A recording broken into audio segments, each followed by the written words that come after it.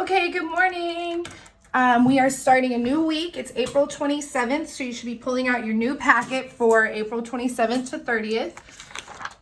Make sure you follow your suggested schedule. If you're in Miss Hollander's class, there's your Raz kid's name, teacher name, and if you're in Miss Rudolph's, there's Miss Rudolph's teacher name. Today is Monday, April 27th, 2020, if you want to practice writing the date.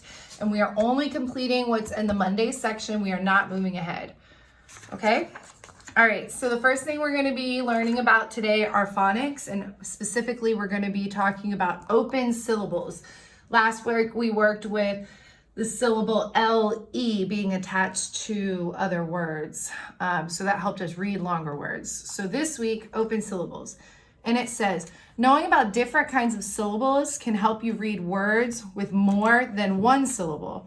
When a syllable ends in a vowel, the sound of the vowel is usually long. So let's highlight that. That's important. When a syllable ends in a vowel, the sound of the vowel is usually long. This kind of syllable is called an open syllable. An example is tulip. In the word tulip, the first syllable is T-U. The syllable T and a long U is open, and the sound of the vowel U is long, okay? So the syllable ends in a vowel, then it is a long vowel, okay?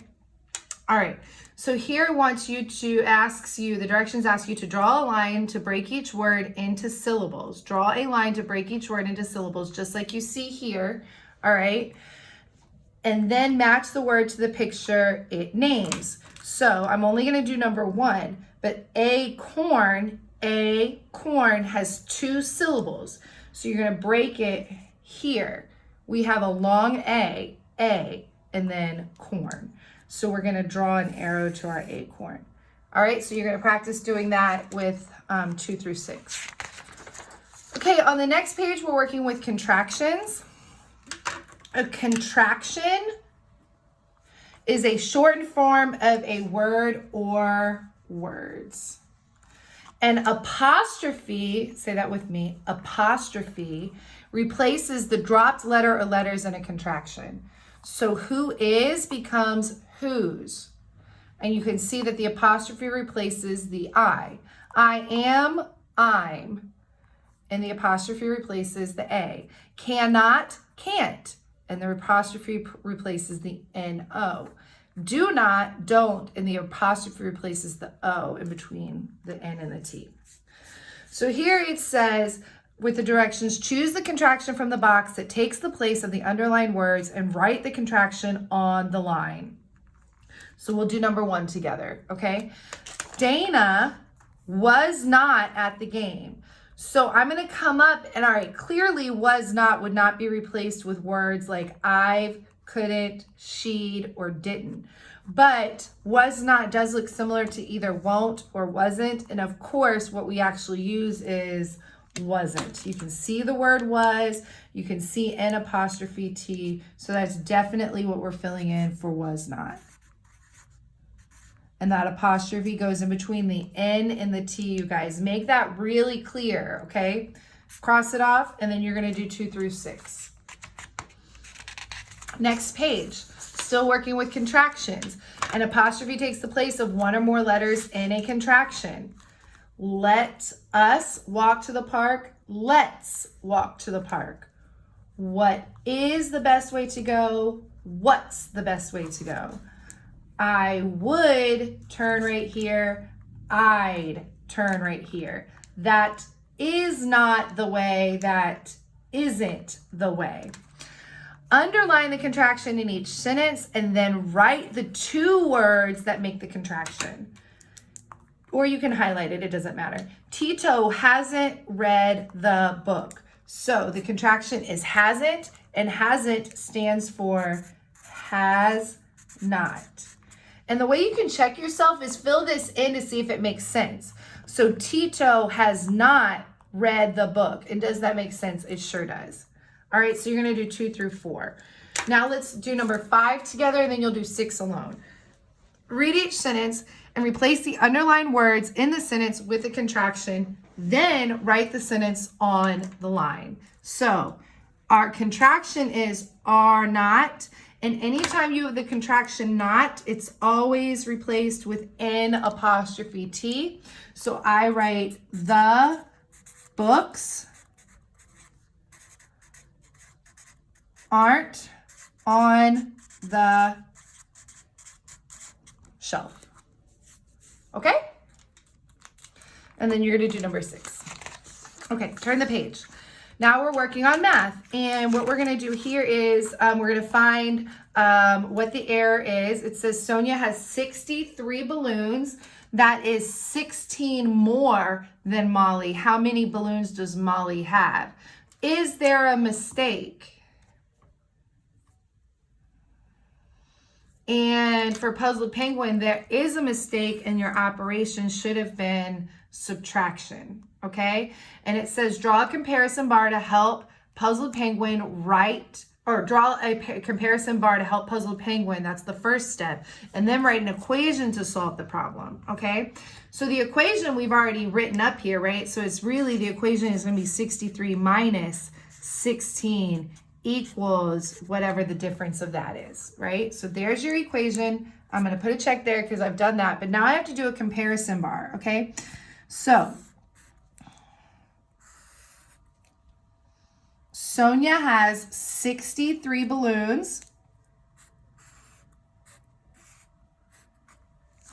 That is 16 more than Molly. How many balloons does Molly have? So what you're going to do is you're going to fill in your comparison bar here with the appropriate numbers, and then you're going to fill in your answer. Okay, down below, you're going to add and subtract within 100. So I'll help you with number 14, but then you're going to do the rest alone. So 4 plus 6 is 10. I drop my 0 in the ones place. I carry my 1 in the tens place. 4 plus 3 is 7. 7 plus 1 is 8. And so my sum of this problem is 80. All right, with subtraction, you do have to borrow. So 5 minus 8, I can't do that. This problem does not say 8 minus 5. It says 5 minus 8. So I have to come to my neighbor in the tens place. I asked my neighbor if he's got something I can borrow. He's a 9, so he's like, yeah, you can borrow something from me. So now he becomes an 8. And in the ones place, that 5 now becomes a 15. So 15 minus 8 and then 8 minus 3, and you will get your difference, okay? All right, then we're going to continue on with our word problems that we did last week. And look at your directions. This is make a drawing and write an equation and solve. So you have 3 things you need to do here. Amanda has 22 more colored pencils than Troy. That's important. Troy has 38 colored pencils. How many colored pencils does Amanda have?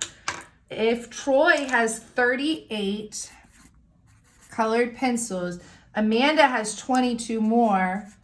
So we're going to add these 2 numbers together, and you're going to fill in what that sum is. So now we've written an equation, but you could also draw a picture. So I'm just going to do my place values.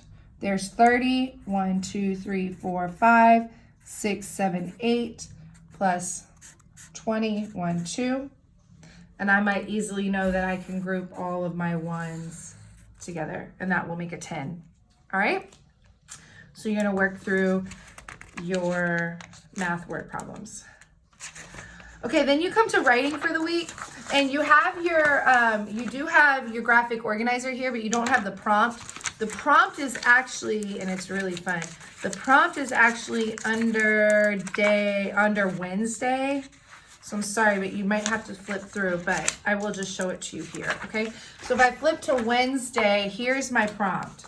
It says to write a creative story about a boy who goes fishing and catches something very unusual, okay? So now you're going to use this graphic organizer a little differently, all right? Under the main idea, I'm going to write,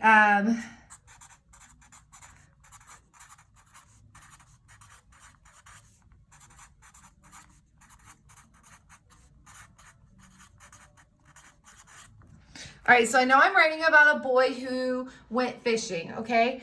So in my first paragraph, I'm just going to kind of introduce the boy and that he likes fishing. But then I'm going to tell my story and how he caught something unusual. So first, I'm going to describe the setting. Then I'm going to describe what he caught that was unusual. Then I'm going to describe what did he do